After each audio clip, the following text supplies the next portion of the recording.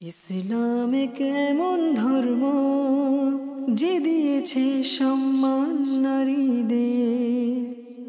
আলহামদুলিল্লাহি রাব্বিল আলামিন ওয়াসসালাতু ওয়াসসালামু আলা সাইয়্যিদিল মুরসালিন আম্মা বা'দ ফাআউযু বিল্লাহি মিনাশ শাইতানির রাজীম বিসমিল্লাহির রহমানির রহিম আসসালাতু ওয়াসসালামু আলাইকা ইয়া রাসূলুল্লাহ ওয়া আলা আলিকা ওয়া আসহাবিকা ইয়া হাবিবাল্লাহ আসসালাতু ওয়াসসালামু আলাইকা ইয়া নবিয়াল্লাহ ওয়া আলা আলিকা ওয়া আসহাবিকা ইয়া নূরাল্লাহ। অনুষ্ঠান ইসলাম ও নারী, এই অনুষ্ঠানে আপনাদেরকে স্বাগতম। আসুন ভালো ভালো নিয়ত সহকারে আমরা দেখার প্রস্তুতি নিই। সাল্লু আলাল হাবিব সাল্লাল্লাহু তাআলা আলা মুহাম্মদ সাল্লাল্লাহু আলাইহি ওয়াসাল্লাম। দুরুদে পাকের অসংখ্য ফজিলত এবং বরকত রয়েছে।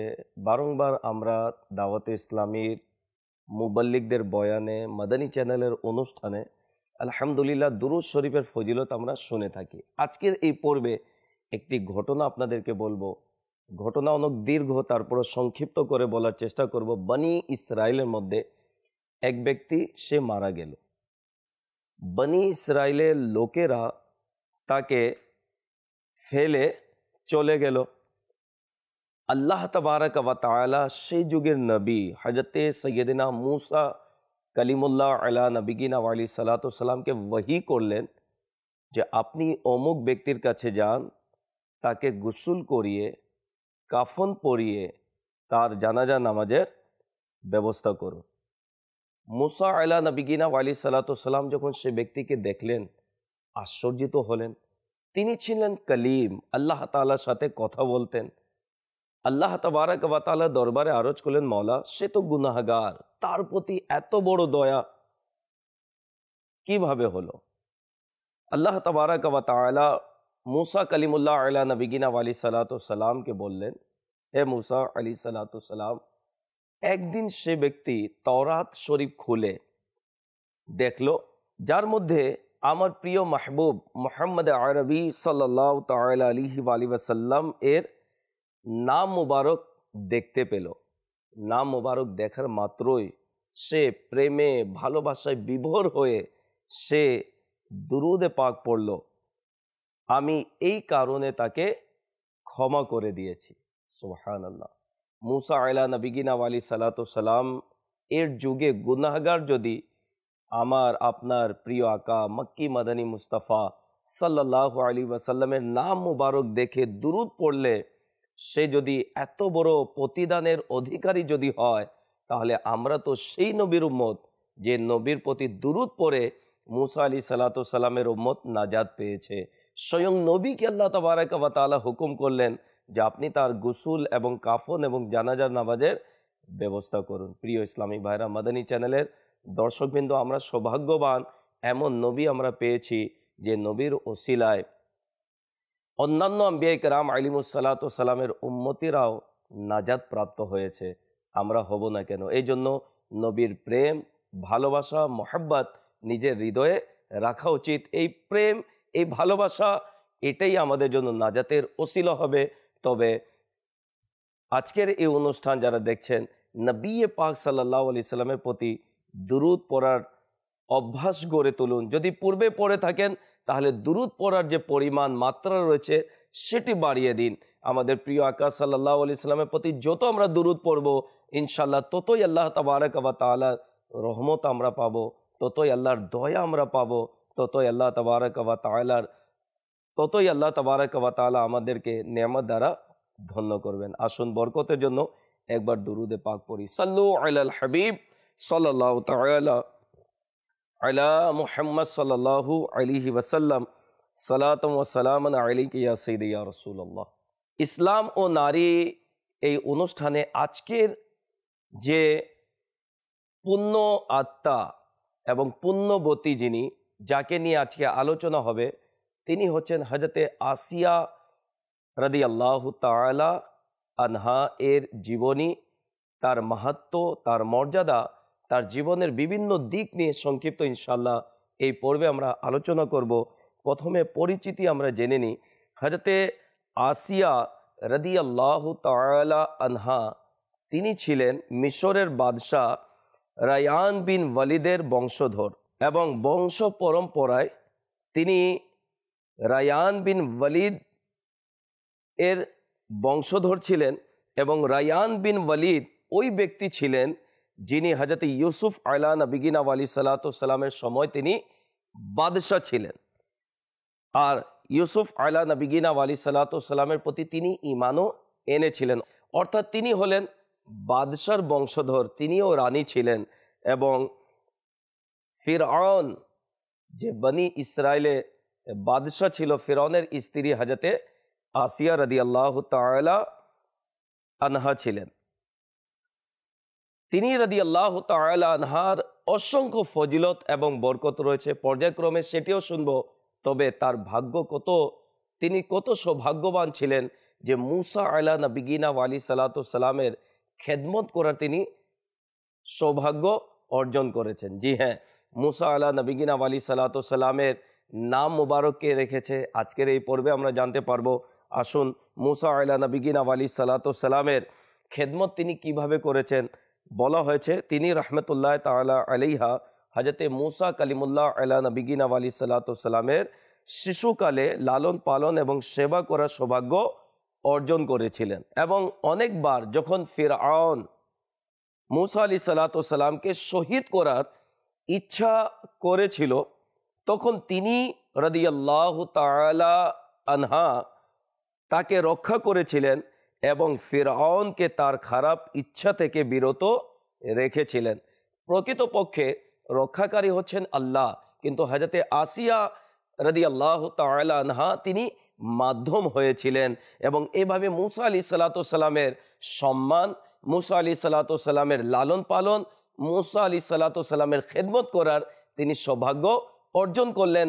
এবং নবীর খেদমত করার কারণে, তার লালন পালন করার কারণে আল্লাহ তাআলা তাকে কেমন প্রতিদান দান করেছেন সেটিও আমরা শুনবো ইনশাল্লাহ। মুসা আলী সালাম শিশুকালে তার নিকট কিভাবে পৌঁছলেন, এর দীর্ঘ ঘটনা কোরআনুল করিমের মধ্যে এসেছে। হয়তোবা আপনারা অনেকে শুনেছেন, জেনেছেন, শুনেও থাকেন যে এটি দীর্ঘ একটি ঘটনা। তবে তার জীবনী সম্পর্কে এই পর্বে আলোচনা রয়েছে। এবং মুসা আলা নবিগিনা আলী সালাম আল্লাহ তাবারক ওয়া তাআলার কুদরতে মনে করেন তার মা যখন ওই নীল নদে তাকে একটি টুকরির মধ্যে রেখে ভাসিয়ে দিয়েছিলেন, ভেসে ভেসে শেষ পর্যন্ত ফিরআউনের রাজপ্রাসাদের নিকটবর্তী যখন হলো, তখন হযরতে আসিয়া রাদিয়াল্লাহু তাআলা আনহা এর কোলে তিনি চলে আসলেন। এবং মুসা আলী সালামের যিনি মা ছিলেন, তিনি হযরতে আসিয়া রাদিয়াল্লাহু তাআলা আনহার খিদমতে পূর্বে নিয়োজিত ছিলেন। দেখা গেল আল্লাহ তাআলা তার মায়ের কোলেই তাকে পুনরায় ফিরিয়ে দিলেন। একটি লম্বা দীর্ঘ ঘটনা রয়েছে।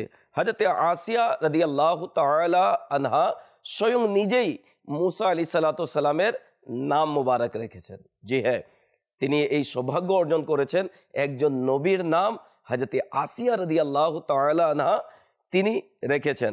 যেমন বলা হয় যে হযরতে আসিয়া রাদিয়াল্লাহু তাআলা আনহা ছোটবেলায় মুসা আলী সালামের নাম মুবারক রেখেছেন। তাও এর কারণ কি, নামের পিছনে কারণ রয়েছে। কারণ হচ্ছে যে কিবতি ভাষায়, সে সময় কিবতি ভাষা বলা হতো, কিবতি ভাষায় পানিকে মু বলা হয়, মু, মো রসৌকার মু, এবং গাছকে বলা হয় সি।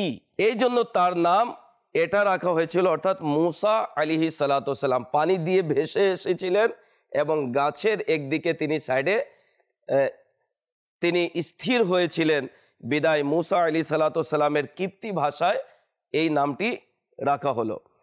এখানে একটি বিষয় রয়েছে, বিষয় হচ্ছে যে হযরতে আসিয়া রাদিয়াল্লাহু তাআলা আনহা একজন নবীর খেদমত করেছেন, সেবা করেছেন, লালন পালন করেছেন এবং মুসা আলা নবিগিনা আলী সালামকে ছোটবেলা থেকেই মনে প্রাণে তাকে ভালোবাসতেন।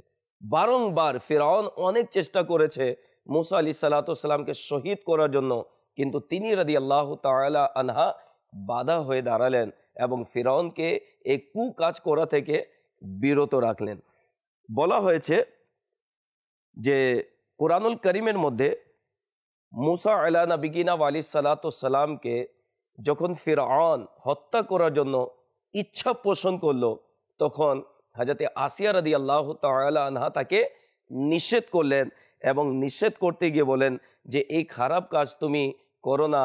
এত সুন্দর চেহারা বিশিষ্ট শিশু আমাদের কাছে, সে আবার তোমাকে কেন হত্যা করবে? সে বড় হয়ে তোমার রাজপ্রসাদের, তোমার রাজত্বের কেন বিরোধিতা করবে? একে যদি আমরা লালন পালন করি, একে যদি আমরা পুত্র সন্তান হিসাবে নিয়ে নিই, তাহলে সে তো আমাদের আন্ডারেই থাকবে, আমাদের সাথে থাকবে, তোমার বিরোধিতা তো করবে না।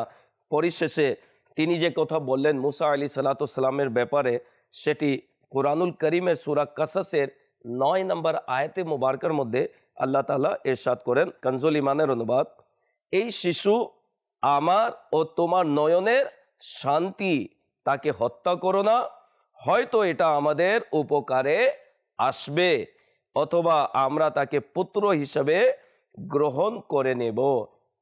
তো হযরত আসিয়া রাদিয়াল্লাহু তাআলা আনহা মুসা আলা নবিগিনা আলাইহিস সালাতু সালামকে কি করলেন?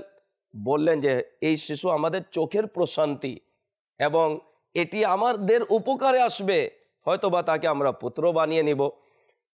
এই আয়াতে কারিমার মধ্যে একটু লক্ষ্য করুন, হযরতে আসিয়া রাদিয়াল্লাহু তাআলা আনহা মুসা আলাইহিস সালাতু সালামকে নিজের এবং ফিরআউনের চোখের প্রশান্তি বলল। ফিরআউন অস্বীকার করলো। ফিরআউন বলে উঠল, এটা তোমার চোখের প্রশান্তি হতে পারে, আমার চোখের প্রশান্তি নয়, মাযাল্লাহ, আস্তাগফিরুল্লাহ। আলা হযরত রাহমাতুল্লাহ তাআলা তিনি বলেন যে হযরতে আসিয়া রাদিয়াল্লাহু তাআলা আনহা তিনি যে ঈমান গ্রহণ করলেন, ঈমানের দৌলত যে নসিব হলো, শুধুমাত্র মুসা আলাইহিস সালাতু সালামের সম্মান করার কারণে, রিসপেক্ট করার কারণে, মুসা আলাইহিস সালাতু সালামকে মনে প্রাণে ভালোবাসার কারণে এবং মুসা আলাইহিস সালাতু সালামকে নিজের চোখের প্রশান্তি বলার কারণে আল্লাহ তাবারাক ওয়া তাআলা তাকে ঈমানের দৌলত দান করেছেন।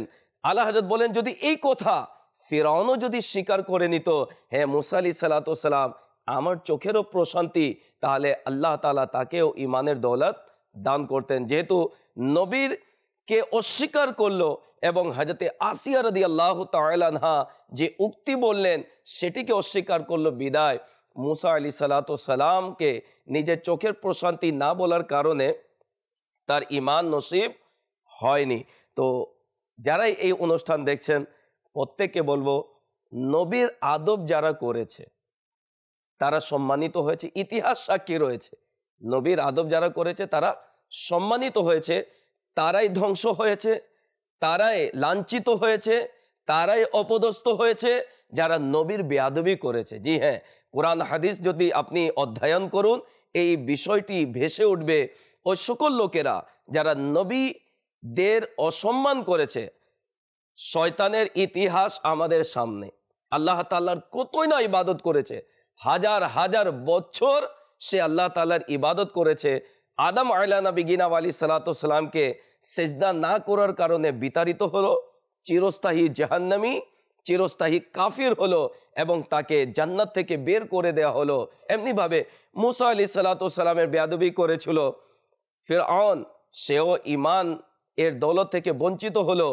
ইব্রাহিম আলা নবিগিনা আলাইহিস সালাতু সালামের বেয়াদবি করেছিল নমরুদ, তাকে কত লাঞ্ছিত অবস্থায় অপদস্থ করে আল্লাহ তাআলা তাকে মৃত্যু দান করলেন, তাকে মৃত্যু দিলেন এবং ইতিহাস সাক্ষী রয়েছে তারা আজকে নিঃশেষ হয়ে গিয়েছে, তাদের কোনোই আলোচনা নয়, যদি করাও হয় তারপরেও তাদের উপর লানত করা হয়।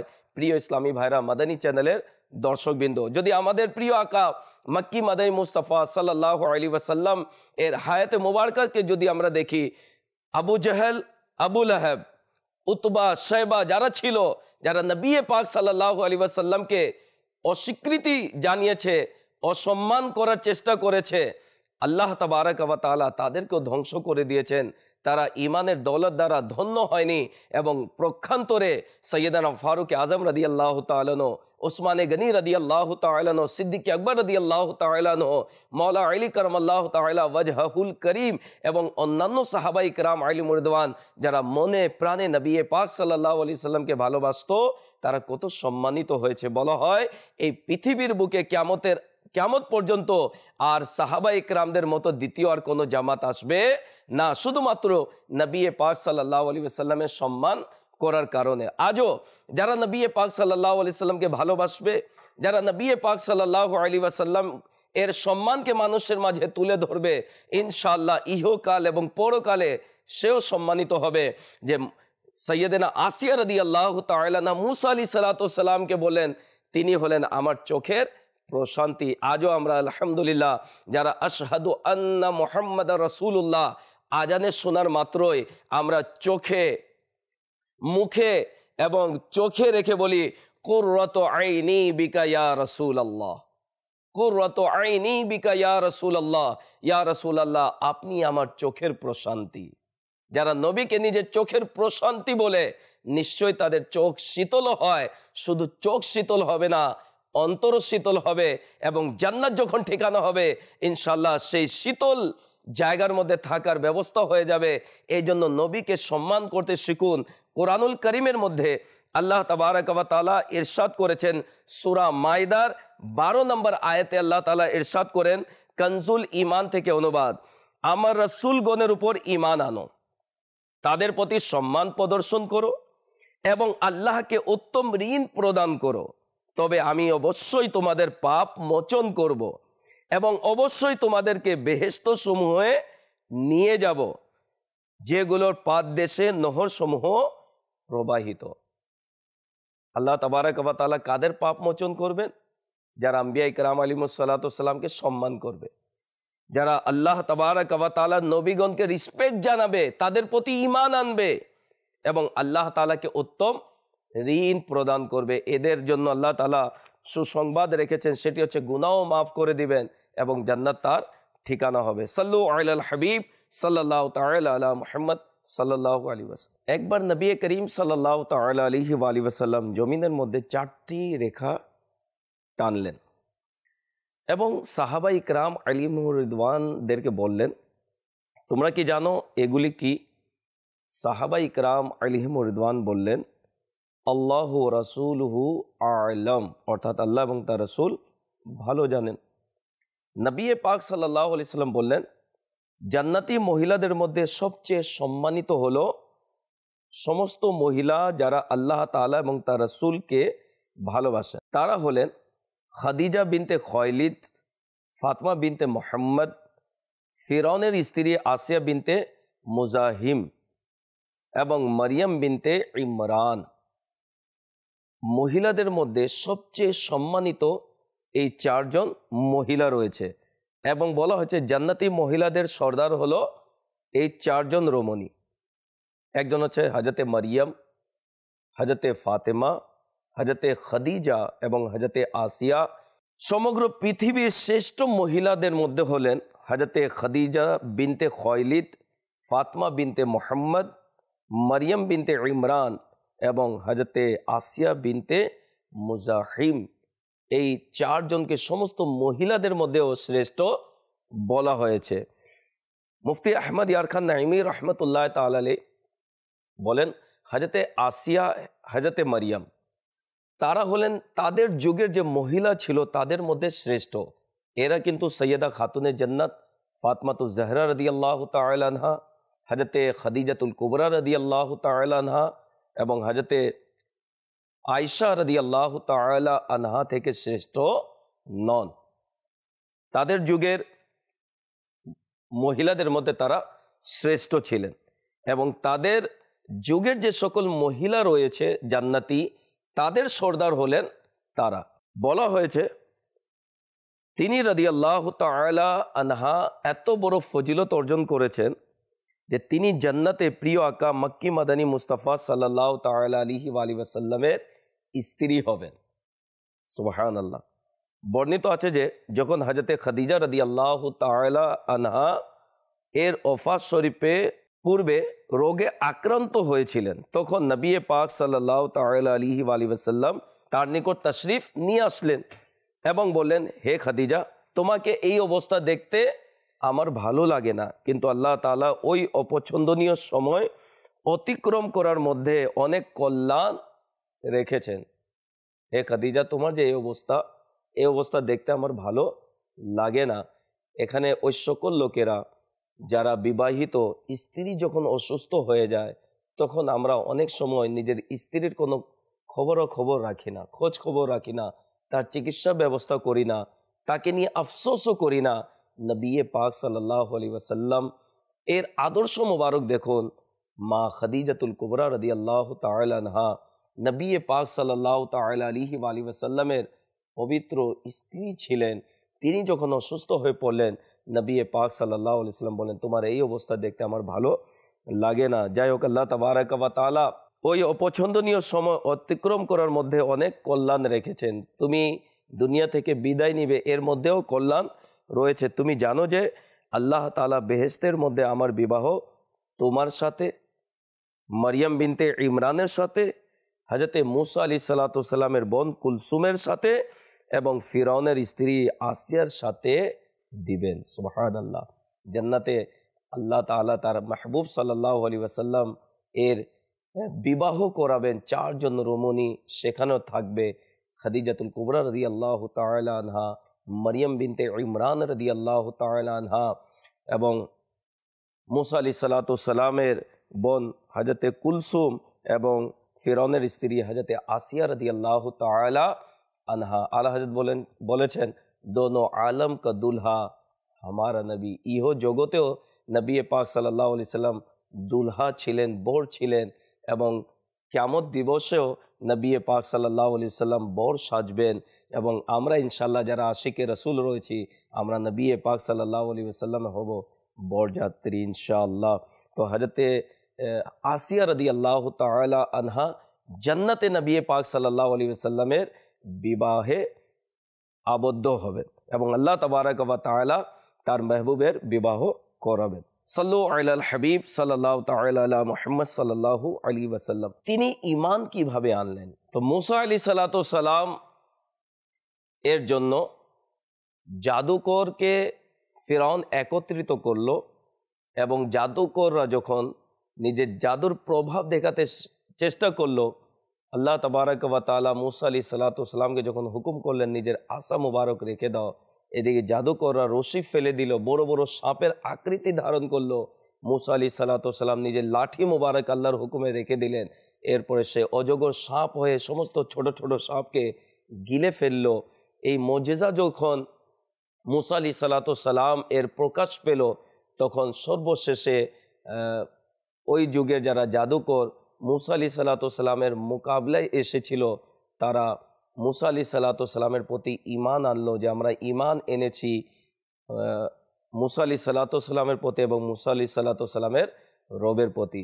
তো এই মুজিজা দেখে হযরতে আসিয়া রাদিয়াল্লাহু তাআলা আনহাও তিনি ঈমান নিয়ে এসেছিলেন, তবে প্রকাশ করেননি। আর প্রকাশ যখন হলো, তখন ফিরআউন অনেক চেষ্টা চালালো যে যেভাবে হোক তিনি যেন ঈমান থেকে ফিরে আসে। সর্বপ্রথম হযরতে আসিয়া রাদিয়াল্লাহু তাআলা আনহার আম্মাকে তাকে পাঠালো যে তোমার মেয়েকে বুঝাও, যদি সে ঈমান থেকে ফিরে না আসে তাহলে কঠোর ব্যবস্থা আমি তার জন্য নিব। যখন হযরতে আসিয়া রাদিয়াল্লাহু তাআলা আনহার আম্মা জান যখন তাকে বললেন যে তুমি বুঝো যে তোমার স্বামী কীরকম কঠোর হৃদয়ের মানুষ, যদি তুমি ফিরে না আসো তাহলে কঠোর তোমাকে শাস্তি দিবে, তুমি ফিরে এসো। তখন হযরতে আসিয়া রাদিয়াল্লাহু তাআলা আনহা তিনি কোনো ভয় পাননি। তিনি তার অবস্থা কীরকম হবে সেদিকে খেয়ালই করেননি। তিনি বললেন, না, আমি কোনোদিন ঈমান থেকে ফিরে আসবো না, আমাকে শহীদ করে দেয়া হোক, হত্যা করে দেয়া হোক, কিন্তু আমি ঈমান থেকে ফিরে আসবো না। ওই সকল লোকদের জন্য এখানে শিক্ষণীয় বিষয় রয়েছে। আজকে অভাবে আমরা পড়ে যাই, বিপদ আপদ যদি চলে আসে, এর থেকে পরিত্রাণের জন্য যদি টাকা পয়সা প্রয়োজন পড়ে, দেখা যায় অনেক বিধর্মীদের পক্ষ থেকে অফার যখন দেয়া হয় যে তুমি ইসলাম ত্যাগ করে অমুক অমুক ধর্ম, তুমি আমাদের ধর্ম গ্রহণ করে নাও, তাহলে তোমাকে বিত্তশালী করে দেওয়া হবে, তোমাকে ধন সম্পদ দিয়ে মালামাল করে দেওয়া হবে। তখন দেখা যায় মাআল্লাহ অনেকে মুরতাদ হয়ে যায়, ইসলাম থেকে ফিরে যায়। আরে দুনিয়ার দৌলত কোনো বিষয় নয়, আপনি দুনিয়ার দৌলতের জন্য ইমানের দৌলত হাতছাড়া করে দিবেন, এটা জ্ঞানীর ব্যক্তির কাজ নয়। আজকে আমার কষ্ট, আজকে আমার বিপদ, আমি যদি ধৈর্য ধারণ করি তাহলে বিশাল যে প্রতিদান আল্লাহ তাআলা রেখেছেন, আল্লাহর সন্তুষ্টি এর মধ্যে রয়েছে, নবীর সন্তুষ্টি এর মধ্যে রয়েছে, আমার কল্যাণের মধ্যে রয়েছে। প্রতিদানের মধ্যে রয়েছে আল্লাহ তাআলা ঈমানদের জন্য জান্নাত রেখেছেন, যা কোনো দিন নিঃশেষ হবে না, যেখানে আরাম রয়েছে, যেখানে দুঃখ কষ্ট অন্ধকার বলতে কিছু নেই। সেই জান্নাতের প্রতিদান আল্লাহ তাআলা ঈমানদারদের জন্য রেখেছেন। হযরতে আসিয়া রাদিয়াল্লাহু তাআলা আনহার ঈমানের চেতনা দেখুন, তিনি অস্বীকৃতি জানালেন যে না, যতই আমার উপর অত্যাচার করা হোক আমি ঈমান থেকে ফিরে আসব না। পরিশেষে বলা হয় ফিরআউন তাকে হত্যা করার জন্য প্রস্তুতি যখন নিল, নিজের সৈন্যদেরকে বলল তাকে পাথর দেখিয়ে দাও, যে পাথরের টুকরো তার উপর ফেলে দেওয়া হবে, সেই পাথরকে দেখিয়ে দাও, হয়তোবা ওই বড় আকৃতির পাথর দেখে সে হয়তোবা ভয়ে ঈমান থেকে ফিরে আসবে। কিন্তু সুবহানাল্লাহ সুবহানাল্লাহ, তার ঈমান এত মজবুত ছিল, বরং তিনি ওই পাথরকে দেখে তিনি ভয় পেলেন না। আসমানের দিকে যখন তাকালেন, সুবহানাল্লাহ, তিনি দেখলেন সেখানে জান্নাতের মধ্যে তার সাদা মুক্তার ঘর তিনি দেখতে পেলেন, এবং যার দ্বারা তার দৃঢ়তা এবং ধৈর্যের শক্তি আরও বেড়ে গেল। ওই অবস্থায় বলা হয় তার শরীর থেকে রূহকে বের করে নেওয়া হলো, এবং তার উপর যখন পাথর নিক্ষেপ করা হয়েছিল তখন তার শরীরের মধ্যে রূহ ছিল না, প্রাণহীন শরীরের মধ্যে পাথর নিক্ষেপ করা হয়েছিল। আল্লাহ তাআলা যখন কেউ প্রিয় হয়ে যায়, আল্লাহ তাআলা কিভাবে তাদেরকে এভাবে শাস্তি থেকে নিরাপদে রাখেন, যে শরীর থেকে রূহ আগেই বের করে নেওয়া হলো, এরপরে মৃতদেহের মধ্যে পাথর নিক্ষেপ করা হলো, কিন্তু তিনি রাদিয়াল্লাহু তাআলা আনহা ঈমান ছাড়েননি। ঈমানের প্রতি প্রতিষ্ঠিত ছিলেন, দৃঢ়তা এবং ধৈর্য সহকারে আল্লাহ তাআলার একত্ববাদের প্রতি প্রতিষ্ঠিত ছিলেন, মুসা আলাইহিস সালাতু সালামের রিসালাতের প্রতি প্রতিষ্ঠিত ছিলেন। বিদায় মুফতি আহমদ ইয়ার খান নাইমি রহমতুল্লাহ তাআলা আলাইহি তিনি লিখেছেন যে আল্লাহ তাআলা তার জন্য ফেরেশতা নিযুক্ত করেছিলেন, যারা তার উপর ছায়া দিয়েছিলেন এবং তাকে তার জান্নাতের ঘর দেখিয়েছিলেন। ফলে তিনি রাদিয়াল্লাহু তাআলা আনহা সমস্ত বিপদ আপদের কথা ভুলে গিয়েছিলেন। কিছু কিছু বর্ণনায় এটাও রয়েছিল যে তাকে শরীর সহ আসমানে উঠিয়ে নেওয়া হয়েছিল। যাই হোক, তবে এটাই রয়েছে যে আল্লাহ তাবারক ওয়া তাআলা তাকে পূর্বেই তার ওই স্থান জান্নাতে, যে আল্লাহ তাআলা তার জন্য মহল তৈরি করে রেখেছেন, দেখিয়ে দিলেন, এবং মহল দেখার পরপরই তার শরীর থেকে রূহ বের হয়ে গেল। এদিকে যা কষ্ট দেওয়া হলো তিনি অনুভব করতে পারেননি। যখন জান্নাত দেখার পর তার কষ্ট যখন অনুভব হলো না, বলেন জান্নাত যার জন্য সৃষ্টি করা হয়েছে, নবী করিম सल्लल्लाहु अलैहि वसल्लम, वो जो ना थे तो कुछ ना था, वो जो ना हो तो कुछ ना हो, जान है वो जहान की, जान है तो जहान है। সে নবী সাল্লাল্লাহু আলাইহি ওয়াসাল্লাম যদি আমাদের মৃত্যুর সময় যদি শিওরে চলে আসেন, তার নুরানি চেহারা যদি আমাদেরকে দেখিয়ে দেওয়া হয়, বিশ্বাস করুন এটা আমাদের আকীদা, আমাদের বিশ্বাস, যার রূহ নবী পাক সাল্লাল্লাহু আলাইহি ওয়াসাল্লামের রহমতের ছায়া তলে যখন বের করা হবে, সে দুনিয়া থেকে বিদায়কারীও কোনো টের পাবে না, তার রূহ এত সহজভাবে বের হয়ে যাবে। একজন কবি বলেছেন, सकरात में गर रूए मोहम्मद पे नजर हो, सकरात में गर रूए मोहम्मद पे नजर हो, हर मौत का झटका भी मुझे फिर तो मजा दे। মৃত্যুর সময় যদি আমাদের দৃষ্টি নবী পাক সাল্লাল্লাহু আলাইহি ওয়াসাল্লামের নুরানি চেহারাতে যদি থাকে, তাহলে মৃত্যুর যন্ত্রণাও তারও স্বাদ আমরা উপলব্ধি করতে পারবো। এমন একটি সময় আসবে আমাদের মাঝে, তার জন্য আমরা প্রস্তুতিও নেই, এবং নবী পাক সাল্লাল্লাহু আলাইহি ওয়াসাল্লামের দিদার যেন হয়ে যায়। আল্লাহ তাআলার দরবারেও আমরা আবেদন করি। ইসলাম ও নারী এই অনুষ্ঠান এর সময় একেবারে শেষের দিকে যাওয়ার পূর্বে অনুরোধ করব, যতই মুসিবত কষ্ট আসুক না কেন, ইসলাম আমরা ছেড়ে না দেই, ইসলামের শিক্ষা থেকে আমরা যেন মুখ ফিরে না নেই, এবং ইসলামকে আমরা যেন ধরে রাখি। ইনশাআল্লাহ ইসলামের বরকতে, নবী পাক সাল্লাল্লাহু আলাইহি ওয়াসাল্লামের ভালোবাসার বরকতে এই সকল বিপদ আপদ কেটে যাবে ইনশাল্লাহ। আর আমরা নিজের পরীক্ষার মধ্যে উত্তীর্ণ হব এবং ইনশাল্লাহ জান্নাত আমাদের ঠিকানা হবে। ভালো থাকুন, সুস্থ থাকুন, বিদায় নিচ্ছি। আল্লাহ তাবারক ওয়া তাআলা আমাদের সকলকে যা শুনেছি তার উপর আমল করার তৌফিক দান করুক। আমিন। বিজাহিন নবিগিল আমিন সাল্লাল্লাহু আলাইহি ওয়াসাল্লাম। ইসলামে কেমন ধর্ম যে দিয়েছে সম্মান নারীদের।